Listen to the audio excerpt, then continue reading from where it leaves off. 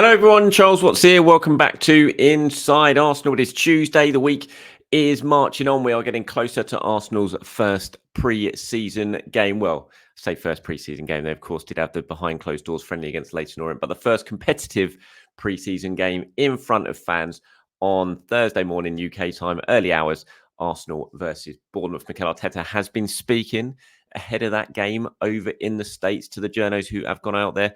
Plenty of them have gone out there. If you want to give them a follow, Kaya over at Football London posted a full transcript of Mikel Arteta's press conference yesterday. I retweeted that. So if you want to find that on my timeline, if you don't already follow Kaya, which you should, then do so and you can go and read exactly what he's had to say. But we'll cover some of the main talking points from that pre-match press conference from Mikel Arteta. Got lots of stuff from you guys as well to get cracking with a little bit later on in the show. But let's start with what Mikel Arteta has been talking about, shall we?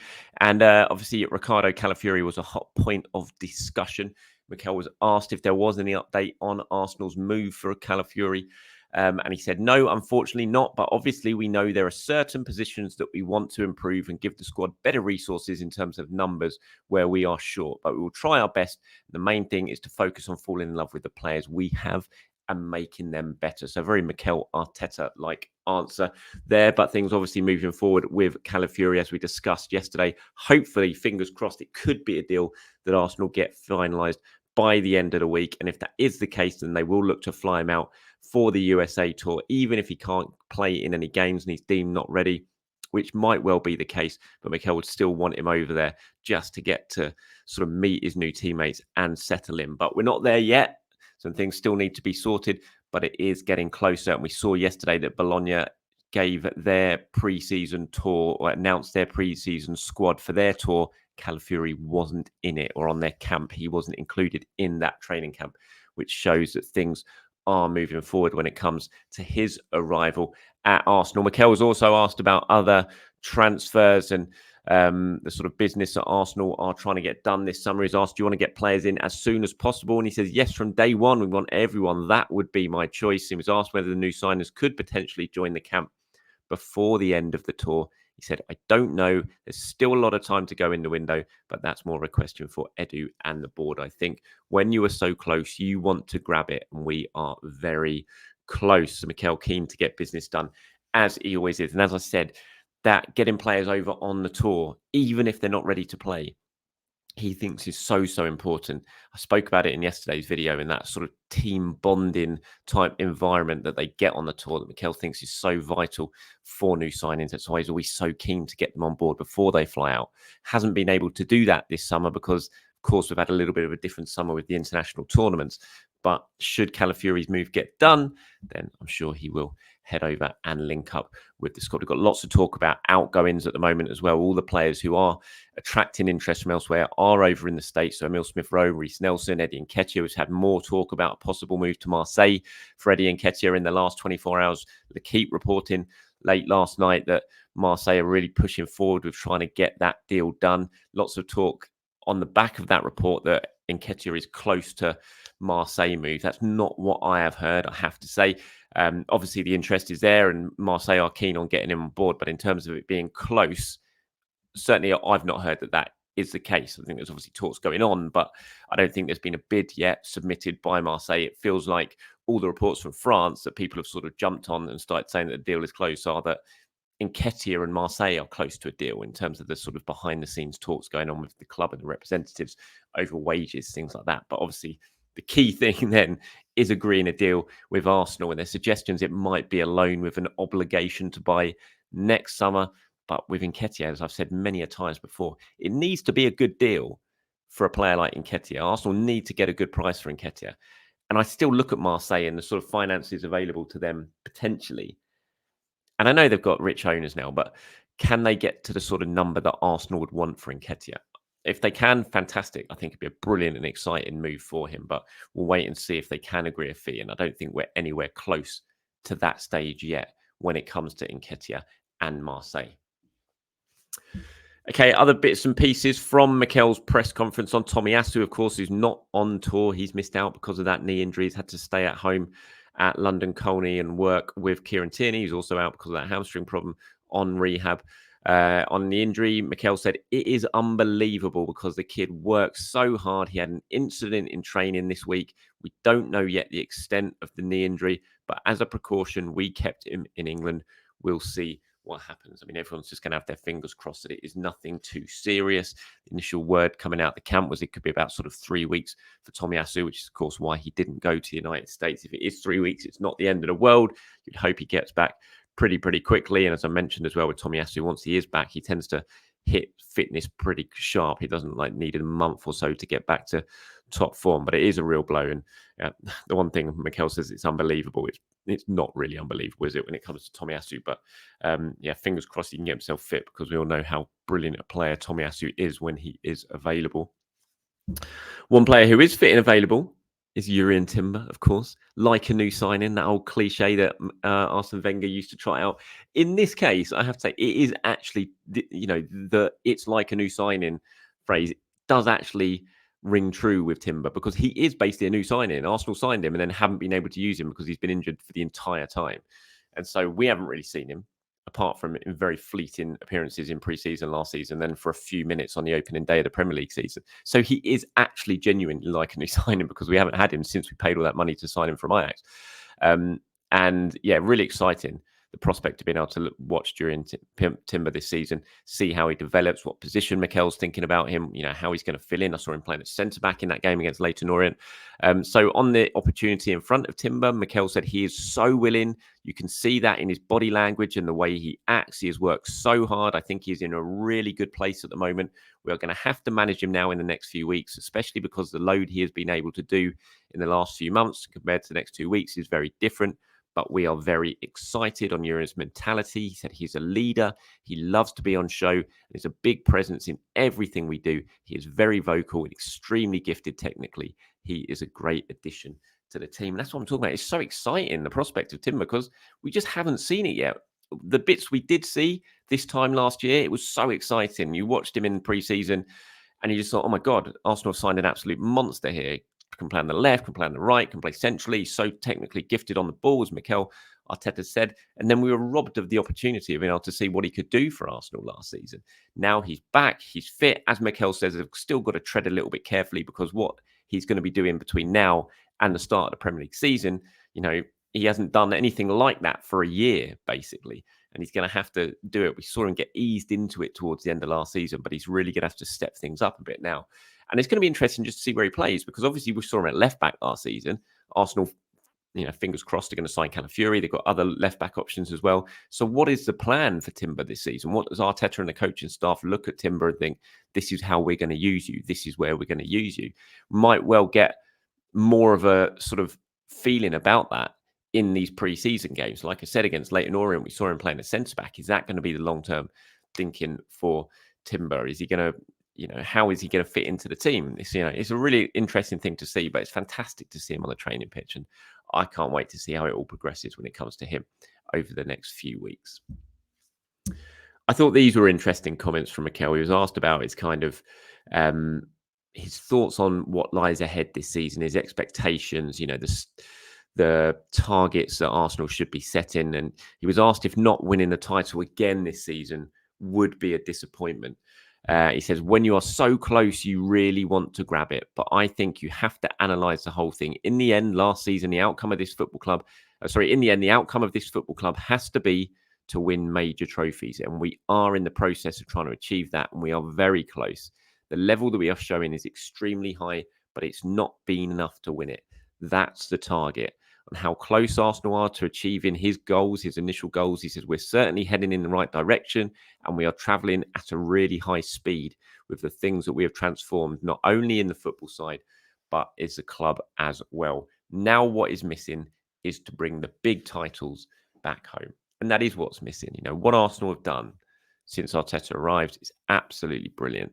The standards that have been set, the squad that has been put together, the backroom staff, the management team behind the scenes, everything is now geared up for what is the most important thing: silverware, trophies. Arsenal haven't been able to do that yet.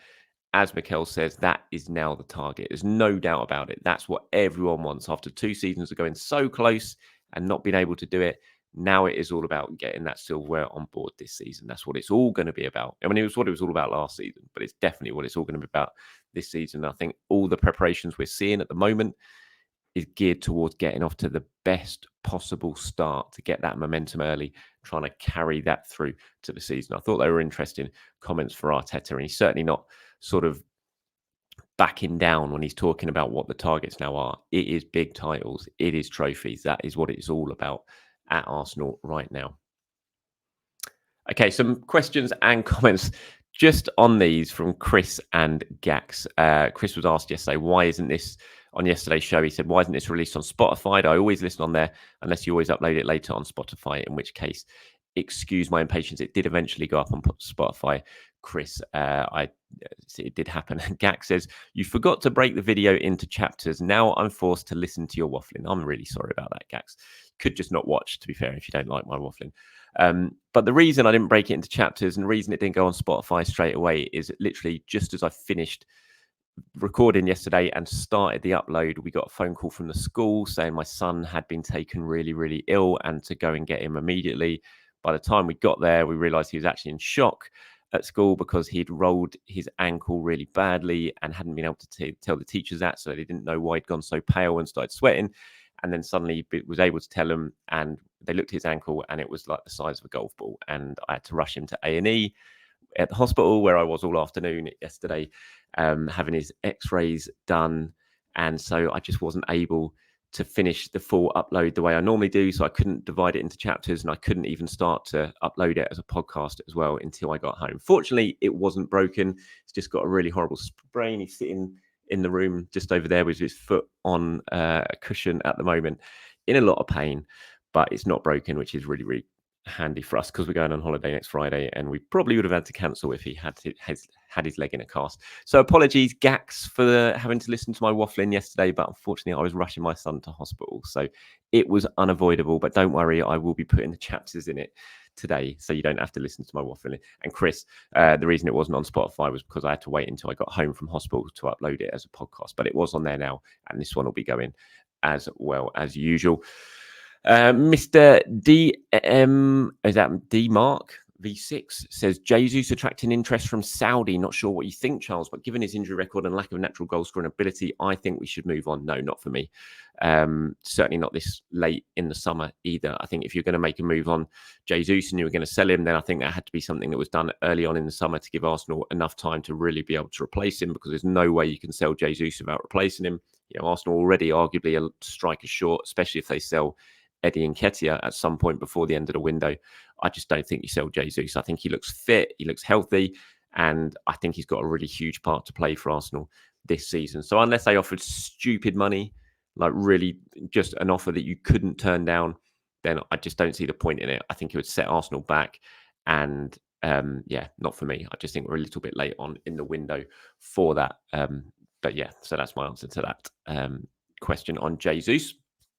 Here's one from NKOCZ who says, a delicate question, RE Charlie Patino. A few years ago, everyone held him as the best academy product since Jack Wilshere. What's happened? Was the hype overblown, injuries, a lack of clear path? Is he too headstrong? Or was something lacking in his approach in training or willingness to mesh well with the existing players and coaching staff that seemed to cost him his chance with the club? Well, the players enjoyed playing with him. I know that for a fact. And the senior players really liked playing with Charlie, and they trusted him in sort of games behind the scenes and that sort of stuff, and behind closed doors friendly. I think the whole Patino thing, he was absolutely rated so highly. I remember doing interviews with people who had discovered him and the coaching stuff, and they could not speak highly enough Charlie. There was huge amount of excitement about his quality and his potential. The thing with Charlie is he was always a bit lacking in the physicality department, and I think as a youth player, you can kind of get away with that. But once you get into senior football, when you step up to that sort of level, it can be harder to get away with that at the very, very top level. And I look at what Charlie's gone on. Look, he's done all right in the Championship. He's had two pretty decent loan spells at Blackpool and then at Swansea. But I do think the physical side of the game is a little bit difficult for Charlie, who likes to get on the ball. He likes it maybe a bit of a slower paced game where he can dictate things. And it's always the way with real young talents is the physical side of things can really catch up with you. And that's why I talk about Chido Obi Martin. And he's on the other scale when it comes to Charlie, where Charlie was maybe a little bit smaller than everyone else. Chido's obviously massive compared to everyone else. But at some point, those physical advantages or disadvantages, they're always going to sort of catch up on players while everyone overtakes them or brings them back in a case of what might happen with Chido when everyone suddenly grows up a bit and gets bigger and sort of catches up with him in terms of his physicality. And so until you get into senior football and you start playing it week in, week out, it's very hard, despite all the hype that you might have as a youngster, to be able to show if you can do it or not at senior football. And look, I hope Charlie gets a good move this summer. He can sort of settle down and forge a good career for himself, because he's absolutely good enough to do that. He just needs to find the right club, the right move where he feels settled, because he is good enough. And I hope that happens with him in the next, couple of weeks or couple of months, because I'm sure he will get a move at some point before the window shuts. Here's one from Henry before we wrap this up. It says, Charles, with a defender probably being the first through the door this summer, apart from Setford, and most gossip pointing to midfield reinforcements being next on the agenda, Marino, of course, do you think Arteta may be planning to stick with Kai and Jesus up front this season and maybe go again for Sesko in 25? I do think he'll probably stick with Kai and Jesus up front. I do think as well, though, that even though midfielder might well be the next one to follow after Calafiori, that attacker still will come in before the end of the window. It might not be a central striker. In fact, I think it's probably more likely not to be a central striker, but I do think an attacking wide player who can score goals will come in. And in terms of maybe go again for Sesko, I don't know. Look, Arsenal will certainly keep tracking Sesko, but things move forward very, very quickly in football. Just because you don't sign someone one year doesn't mean you'll necessarily go back in from the next year if they're available again. Sesko needs to continue to show that he's good enough at Leipzig and needs to kick on and have a good season for them. But it could be in the next year or so, Arsenal's team changes a bit and they don't really look for that type of striker. So it's impossible right now to say that they will go for Sesko again, but they'll certainly continue to track him. That's for sure. They weren't angry with him or anything like that for choosing to stay at Leipzig this season. They understood that decision. In fact, a lot of them were expecting that might be the decision. So they're not angry with him. They haven't cut all ties with him. They will continue to track him. But it's difficult to say right now for sure that they will go back in for him again this time next year. And that's it from me, everyone. Thank you very much for your time. As always, I do appreciate it. I'll be back tomorrow as we really start to gear towards that Bournemouth game. Going to be impossible to try and do a predicted 11 for that one, but we will preview that game a lot more in tomorrow's show. And discuss everything else that's going on when it comes to Arsenal. You want to get involved in that? You want me to answer one of your questions? Get down into the comments. Leave me your opinion, your question, or your comment, and I'll pull them together as always and get them included in the show. Until then, everyone, have a great day. Speak to you soon. Bye-bye.